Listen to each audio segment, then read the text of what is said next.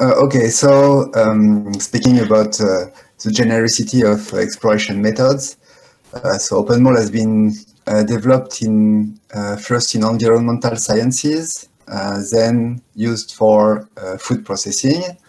And Denise told about a big step forward in OpenMOL that has been led in her European Research Council project in geographic sciences, in spatial sciences. And today I want to convince you that OpenMOL is really an essential software to face zombies outbreak. So we are more at local scale, local spatial scale. So as you may know, there are there have been widespread zombie infections these past years. And to handle that, we built a special model of zombies, which look like that. So here you have a square, which is the map of a stadium. At the center, you have the field, so agent cannot go into the field. And you have agents, human agents, which are not infected, which are in blue.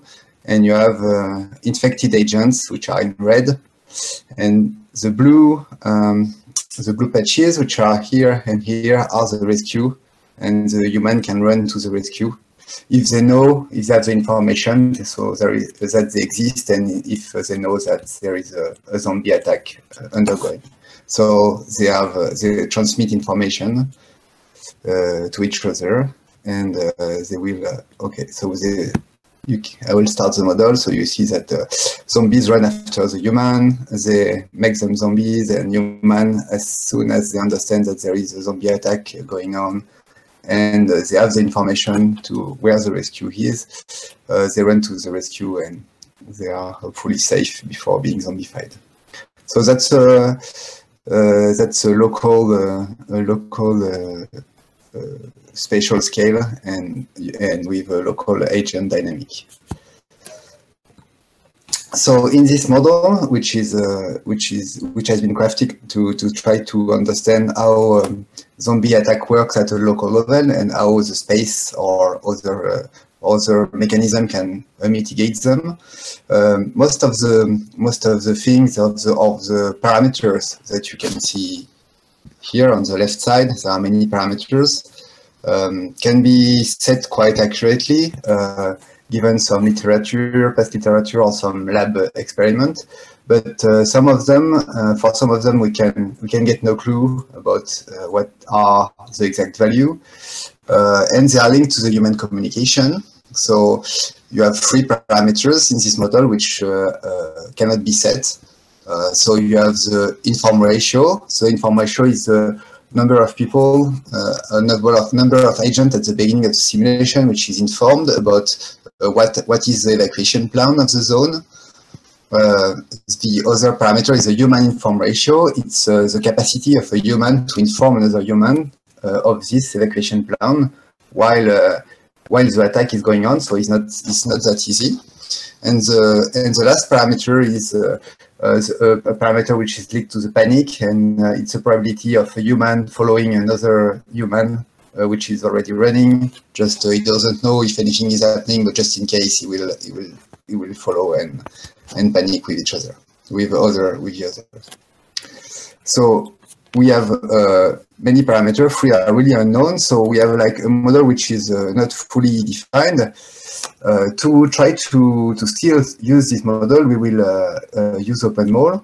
So first of all, what is OpenMOL? From a conceptual view, OpenMOL is a software with 3 main axes. Just already present them, but I will do it again.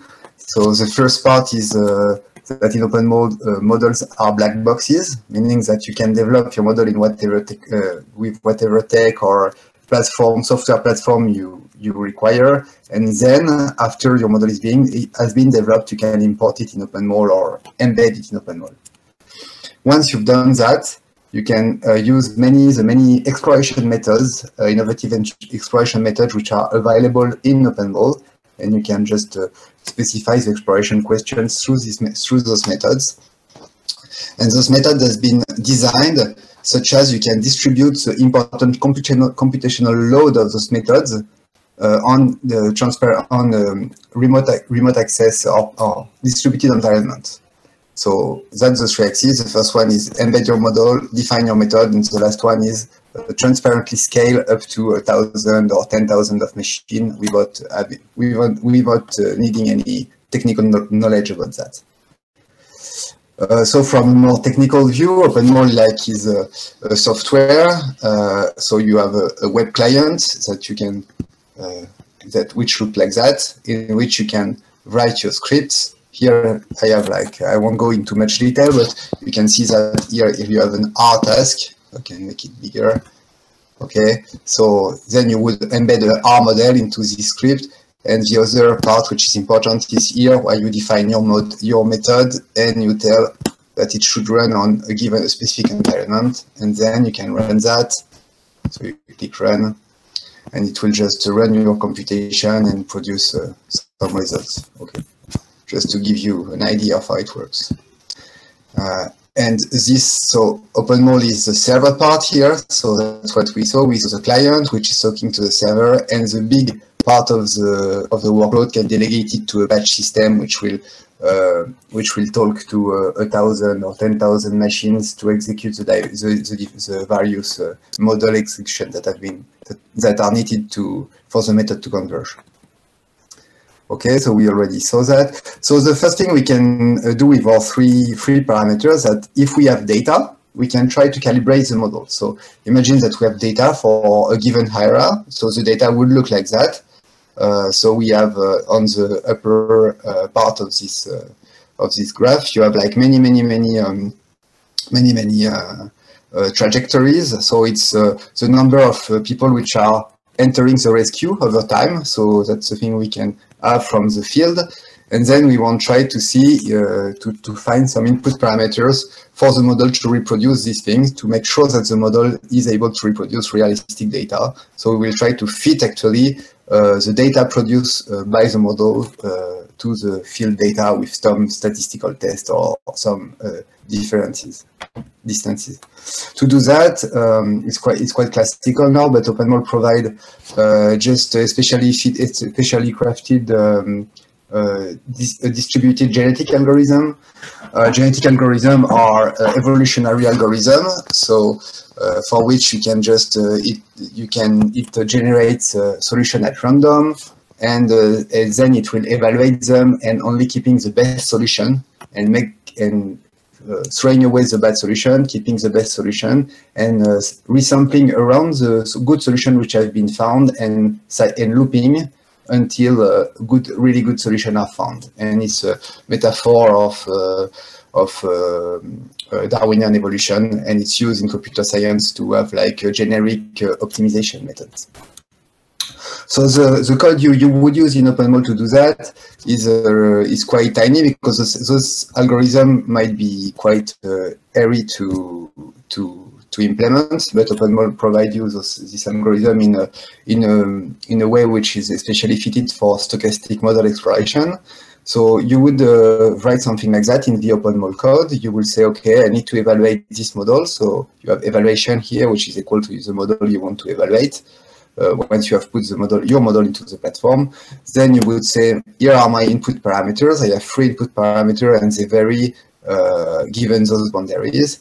And I have one objective, which is defined here, and the model is stochastic, and so you should handle well the stochasticity of the model. So basically, you have a few more technical parameters, but with just a few lines of code, you can already use an advanced method like a genetic algorithm on your code, or here in our present case on the Zombie model.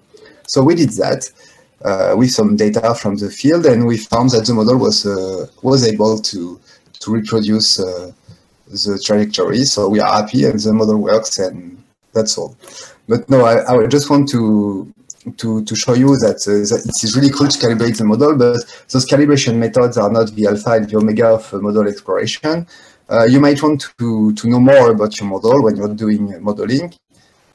So let's say that our 3 parameters are some uncertainty we have about the real world, and maybe we don't have enough data to constrain them more, and we should take them as they are, like saying, okay, we have no clue about what those parameter value are.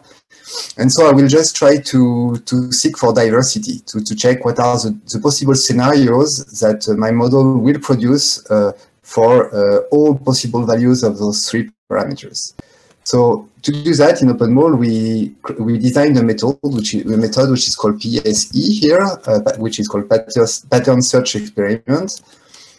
So this method is based on looking for what we call pattern, and actually pattern are a thing you observe from your dynamics. For instance, if you have a temporal series, you might want to look for oscillation. If you have spatial data, you might want to look for spatial autocorrelation or whatever. It's really some characteristic of the dynamics of your model.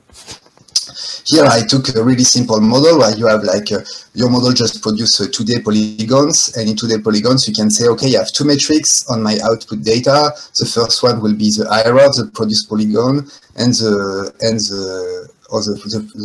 produced shape, and the second axis. The second axis is the number of holes in the shape, and then the method will discover, given some input parameter, what the model can produce as the diversity of shape and what it can't produce, because the empty square here means that your model cannot produce a small shape with 3 holes in it. It's not possible given any parameters you would provide to your model.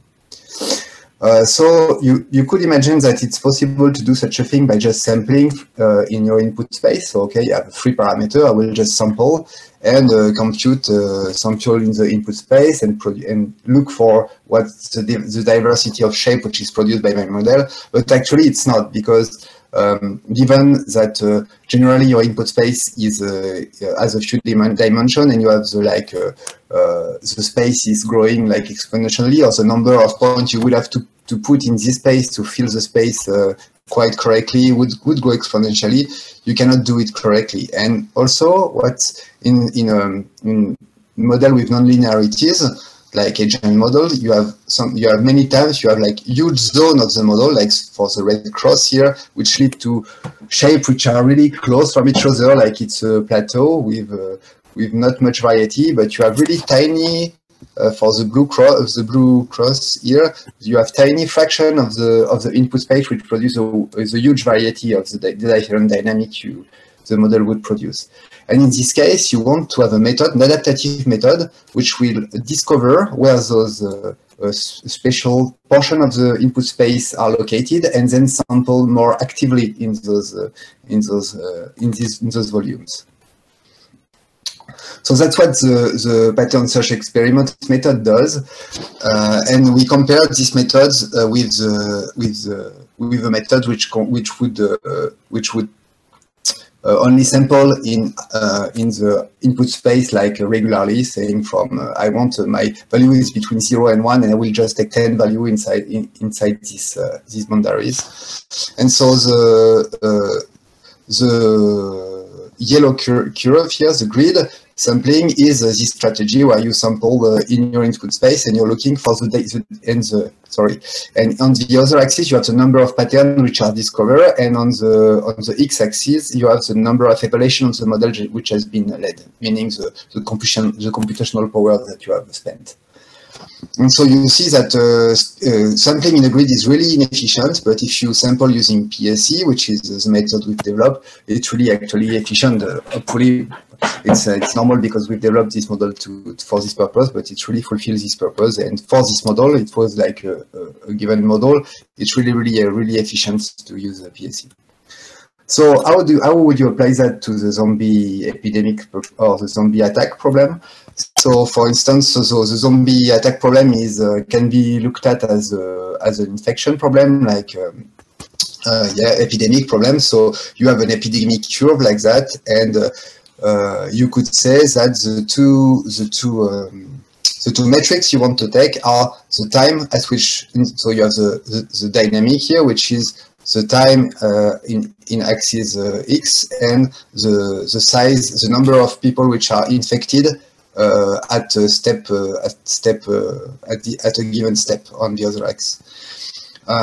So you have this infection curve here. If you so we took two different metrics, which is when the peak of the epidemic happened and what is the size, meaning the importance of the epidemic. So by using PSE, you can obtain all the possible patterns that the model would produce given the uncertainty you have on the input parameters. And you see here that you have a various size of peak and various time when this peak happens. And for instance, what you already learned about your system, even with the uncertainty, is that you can have like a huge peak of 50 people being infected before step 50, for instance. So that's already an information. But as a decision maker, you might want to go further and say, okay, now I see that I have really catastrophic events, which are when I have 50 people infected, and I cannot handle at a given time step, and I cannot handle that kind of situation. So I just really want to know when they happen. So to do that, you can use another OpenMOL method, which is called OSE, which is Origin Search Exploration, which allow you to go back to the origin space or the input space and to ask a question like find in the input space all the configuration at which this predicate is fulfilled, meaning, for instance, the peak size is above 50. So we ran this experiment, and here is what we obtained. For here, I have put only two variables of the input space, which is human informed probability and human informed ratio. And these are all the points at which you have like catastrophic epidemics. And what you see is that all the points are stick to the axis. It means that if you have, because they are stick to the axis, you can deduce, even with the uncertainty, that if you have at least one human informed and a probability of communicating between humans which is different from 0, you will never, the catastrophic event will never occur. So that's a kind of a strong thing you can deduce from the model without having to set those parameters arbitrarily, because you cannot do it properly. So there are many methods in OpenMOL, so I choose to focus on 3 methods just to give you a glimpse of what you can expect from this software. So many methods are, for instance, you have grid sampling, many strategy of sampling in the input space. So you can sample regularly on the grid. You can use other low discrepancy sampling and other spatial sampling that Just has developed in order to generate spatial configuration. You can use classical sensitivity analysis, statistical sensitivity analysis. You can use many methods which are based on evolution, like NSGA2 I showed you, the profile strategy that Denise has talked about, the PSE method that we just showed, the OSE method that we just showed, and other method which called, for instance, niched NSGA2, which is especially fitted for multi-modeling, as Denise talked about. Other methods like Bayesian calibration, and other methods are being actively developed, like NSGA3, which is another optimization method, and PPSE, which is basically the PSE method, but it will compute probability of each pattern to occur. So, is OpenMOL crafted for zombie only? Of course not. You can go to the OpenMOL documentation, and you'll see how you can embed the model with your technology. Like we saw that R was possible, but you can also embed container, as it is possible in the Daphne platform. And you can also check how you can scale on different environments. Like you would see that you just have to provide OpenMOL with your credential and how you access your cluster, and then OpenMOL will do the hard work of talking to the cluster, submitting jobs, and managing them for you.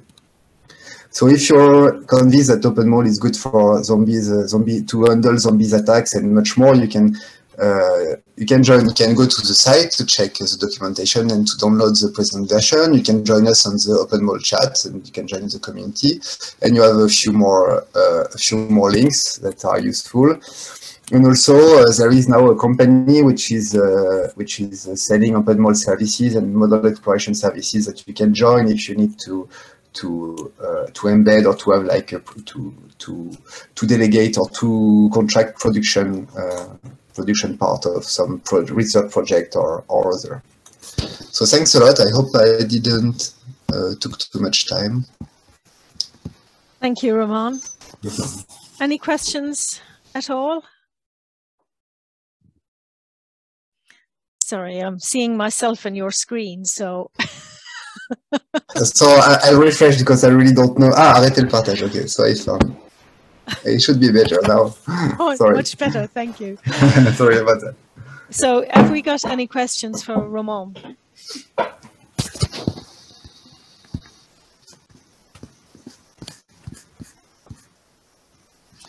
Maybe I will ask a question, Roman, because we spoke last week and we've started to look at maybe how OpenMOL and Daphne could work together. How do you see it working together now that you've seen Daphne and you've had chats with us? Are you able to share how researchers might use OpenMOL if it was on Daphne, or how we could link together?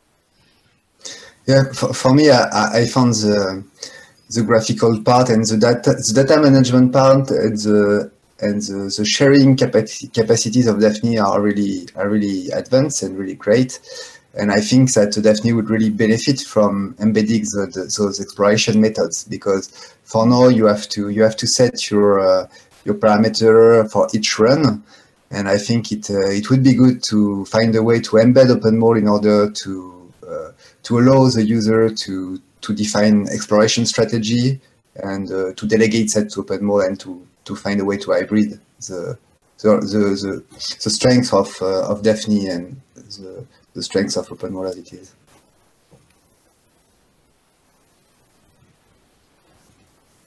Okay, I was going to ask a question as well. Thank you for that. That was really interesting. I'll just check about, is it what the licensing arrangements are? The license of OpenMOL, that's the question. Yeah.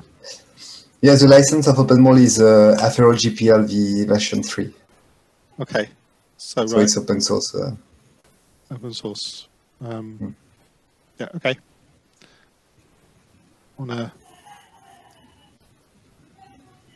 But for we talk about plugging OpenMOL and Daphne together, and like putting OpenMOL behind something like a REST service. It would leave the OpenMOL license as it is and the Daphne license as it is. Yeah. No and then people could run their own code on it. Yeah, that's great. Thank you. I've got a question, Marion. Yes, please go ahead. Where's the best place to be to survive a zombie outbreak? I think Just can tell more about that, because he did some crazy spatial exploration on this zombie model. Yeah, maybe I can give a bit. Actually, just to give a bit of context on the zombie thing, is actually a toy model we use for the summer school. So maybe it's a spoiler for people who will come, but yeah, just because it's like do you say it's agnostic to any discipline, and it's spatial, it's complex, it's an IBM and so on. So during the summer school we have different modules, and I work on the spatial sensitivity analysis, and I looked at for example different urban forms will lead to different outbreaks, and so we had generators for cities, and we coupled that with the model and so on. And I think one main takeover was if you have a complicated space with a lot of corridors and so on, you will have better chance surviving, of course, because you can hide and so on. So that was satisfying. That's really interesting. Yeah, good to know. Good to be prepared. I do like the analogy that you've used, though. It does actually give it some real, given unfortunately what we've been through in the last couple of years, it really does help to, I think, explain it a little bit.